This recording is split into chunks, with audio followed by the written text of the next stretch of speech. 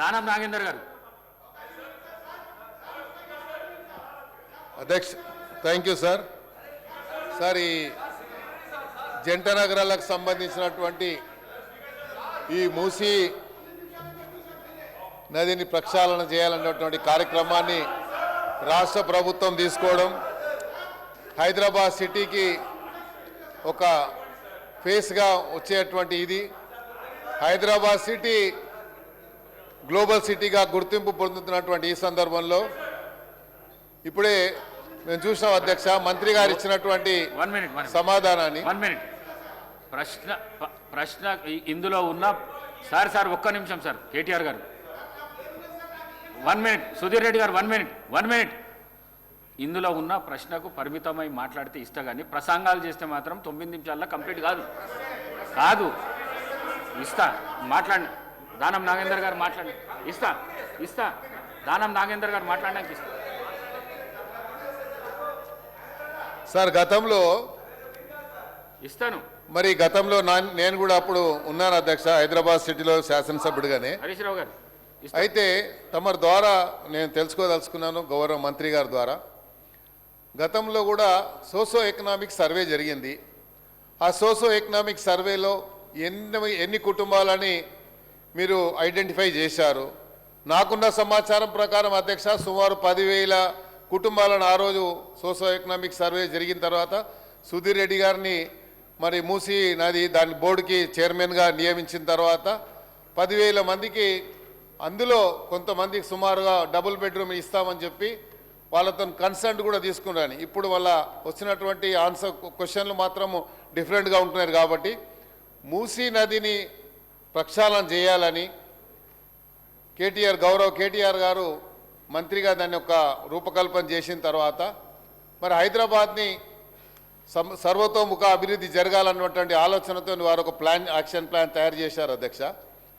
మరి ఇప్పుడు ఈ మూసీ నదిని ఆపాలని, లేకపోతే మూసీ పరివాహకలు ఉన్నటువంటి వారిని మరి ప్రొవోక్ చేసేటువంటి కార్యక్రమం ఎందుకు జరుగుతుందని మాకు అర్థమవుతలేదు.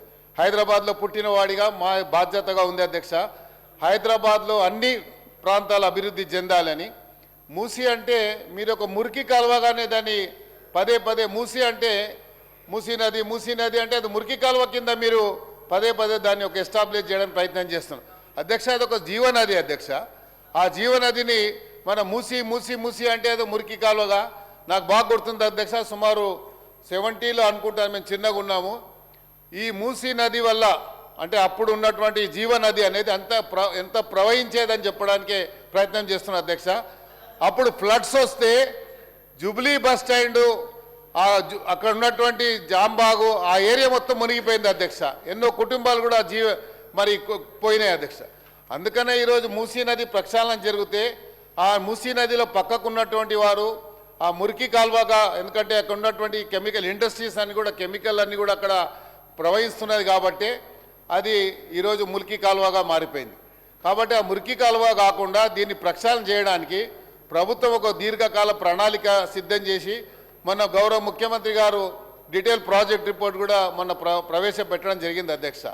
అయితే తమరి ద్వారా నేనేమంటున్నా అంటే, వారి క్వశ్చన్ సపరేట్ ఉండొచ్చు, నా క్వశ్చన్ సపరేట్ ఉండొచ్చు, కానీ హైదరాబాద్ సిటీ అభివృద్ధి జరగాలనేదే మా యొక్క కన్సర్న్ అధ్యక్ష.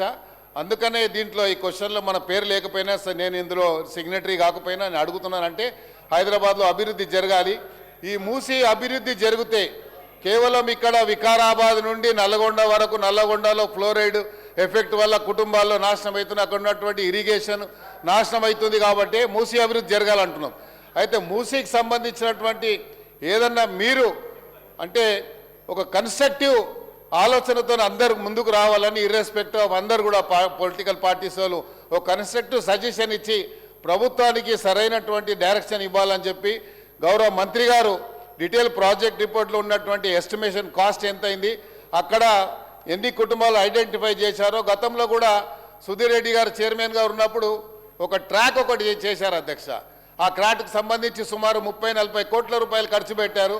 నేను మొన్న ఇది క్వశ్చన్ వచ్చిన తర్వాత పోయి చూశాను అధ్యక్ష, నిన్న పోయి చూస్తే ఆ ట్రాక్ మొత్తం కొట్టుకుపోయింది అధ్యక్ష. అది 30 కోట్లు ఖర్చు పెడితే ఇప్పుడు ట్రాకే లేదు అక్కడ.